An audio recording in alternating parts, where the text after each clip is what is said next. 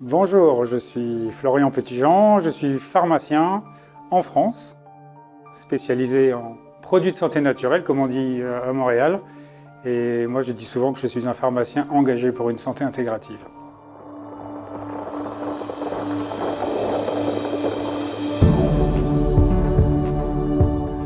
Aujourd'hui, je reçois Florian Petitjean. Alors, bonjour Florian, comment vas-tu? Bonjour Brigitte, ça va très bien, merci.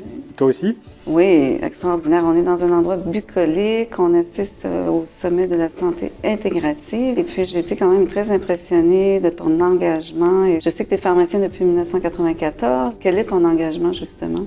Alors, je suis effectivement pharmacien donc depuis 1994 et je me suis très rapidement orienté vers les produits de santé naturelle. Et j'ai une carrière essentiellement dans des laboratoires, en fait, et d'importants laboratoires de produits de santé naturelle. Alors, j'ai commencé dans l'homéopathie, j'ai travaillé également dans la phytothérapie, dans les huiles essentielles, donc dans l'aromathérapie, et également dans la cosmétique biologique naturelle. J'ai voulu découvrir un peu tout cet environnement-là et j'ai également fait du conseil dans les fleurs de bac. J'ai voulu comprendre un peu toutes ces autres approches complémentaires. Et je me suis formé à l'hypnose, à la méditation, et maintenant je pratique aussi le yoga depuis pas très longtemps. Mais voilà, c'est une façon aussi de réconcilier le corps et l'esprit. Comment, dans ton approche avec tes autres collègues, comment vous faites concrètement des positions qui sont favorables pour le patient dans ses choix? En écoutant déjà les patients quand ils sont confrontés à des maladies et qu'eux-mêmes ont recours à des pratiques qui leur font tellement de bien en fait, qu'ils peuvent l'exprimer. Et puis également par de la science en fait, parce qu'il y a de plus en plus d'études, de plus en plus de publications scientifiques qui démontrent les bénéfices de toutes ces pratiques. Donc quand on parle le même langage finalement que des médecins, pour parler que des médecins qui au départ ne sont pas soit des connaisseurs, soit même peut-être hostiles à toutes ces pratiques, quand on finalement leur parle avec leur langage, à savoir des données scientifiques, ça devient plus compliqué de s'y opposer déjà au départ. Donc c'est un des leviers très forts en fait pour s'adresser, ou en tout cas pour essayer de réconcilier, parce que ça c'est vraiment mon karma en fait. Pas mon karma, mon mantra, c'est vraiment mon mantra, c'est de réconcilier la médecine conventionnelle et les pratiques de santé complémentaires. Est-ce que tu remarques au niveau, si tu veux, de la matrice gouvernementale et que, par exemple, si les collègues médecins, pharmaciens là-bas, est-ce qu'ils vont vraiment aller de l'avant et proposer la multidisciplinarité et les approches holistiques et intégratives? De plus en plus. Alors évidemment, ça serait trop beau pour que tout le monde s'y mette du jour au lendemain, mais les nouvelles générations évoluent beaucoup, sont aussi formées à l'évaluation scientifique. Forcément, ils sont de plus en plus en contact avec ces études, donc de plus en plus sensibilisés. On a tous vécu une période très particulière, la période du Covid, qui a aussi fait comprendre à beaucoup de monde, en tout cas, qu'il y avait une autre façon d'aborder la santé au travers de ces approches. Et ça, finalement, on a découvert que derrière ça, il y avait aussi une démarche de prévention qui était possible. Et que derrière la prévention, il y a aussi du soin qu'on peut apporter, le care. Et que ce care-là, il est finalement très important parce que ça permet justement d'appréhender les personnes dans leur globalité. En fait, c'est que le patient devient au centre. Ça permet aussi d'établir le dialogue, le lien de confiance, la relation de gratitude. On disait avant, il y avait la relation très paternaliste entre le médecin et le patient qui décidait pour lui. Puis après, effectivement, l'approche centrée sur le patient avec un ensemble de professionnels qui, dans un parcours, vont prendre en charge ou accompagner le patient. Et maintenant, on dit que le patient devient acteur lui-même et fait partie de l'équipe.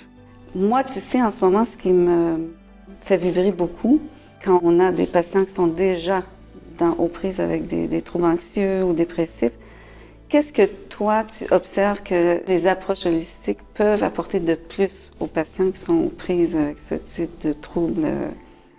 Se recentrer sur soi, apprendre à se connaître en fait, connaître aussi ses limites et accepter peut-être aussi ses limites. Dans la santé mentale, il y a aussi le burn-out et là, c'est un fléau en l'occurrence, et le stress. D'ailleurs, l'OMS dit qu'à l'horizon 2050, le stress sera certainement le problème de santé publique numéro 1, avec tout le cortège de maladies qui peut y arriver derrière.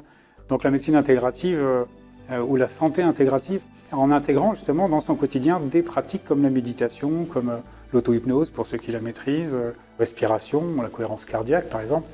Quand on se sert de ces outils qui sont très simples à acquérir, on ressent en soi d'emblée tout de suite un bien-être. Même moi, j'ai aussi des moments de stress et régulièrement dans mon activité, je m'arrête, je respire et tout de suite après, je me sens mieux en fait. La cohérence cardiaque.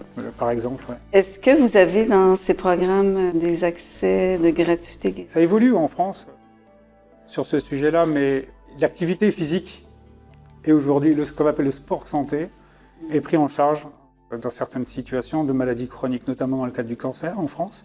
C'est une vraie première parce qu'on parle beaucoup effectivement des approches complémentaires dans la médecine et dans la santé intégrative, mais il faut aussi parler tout simplement de l'activité physique. Les autres ne sont pas prises en charge, la méditation, les techniques d'hypnose, sauf par les mutuelles, dans certains cas, qui vous permet de faire rembourser certaines pratiques. Et après, on a des initiatives vraiment très intéressantes en France, notamment en accompagnement de patients atteints de cancer, et où en fait c'est essentiellement du bénévolat. Donc les gens viennent travailler de manière bénévole, ils donnent une partie de leur temps, c'est que les soins qui sont apportés là sont évalués tous. Et ça revient à l'idée de la science, c'est qu'en fait chaque personne qui va rentrer dans un parcours, ils sont évalués. Donc on sait au bout de quelques années, eh bien, les bénéfices qui ont été apportés aux patients, et du coup ça devient après de la donnée scientifique pour argumenter en faveur de ces pratiques.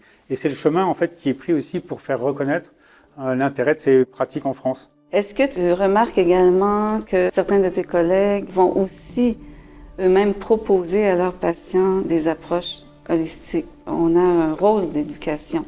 On dit en France que 4 millions de patients rentrent chaque jour dans une pharmacie. Il y en a 20 000 en France, donc c'est un guichet ouvert en permanence.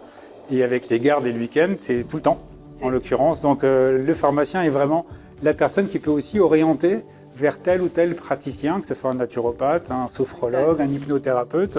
Si le médecin ne le fait pas, le pharmacien peut le faire. L'idéal, c'est qu'ils le fassent ensemble, évidemment, pour que le patient ne sorte pas non plus du parcours de soins. Je crois qu'on n'a pas idée de combien de ressources on peut récolter auprès des gens qui œuvrent dans la pharmacie communautaire, parce qu'on est tellement en contact au quotidien avec tous les types de pathologies et de circonstances. Hein. C'est très, très riche. Merci beaucoup, Florian. Au plaisir, merci beaucoup. À très vite.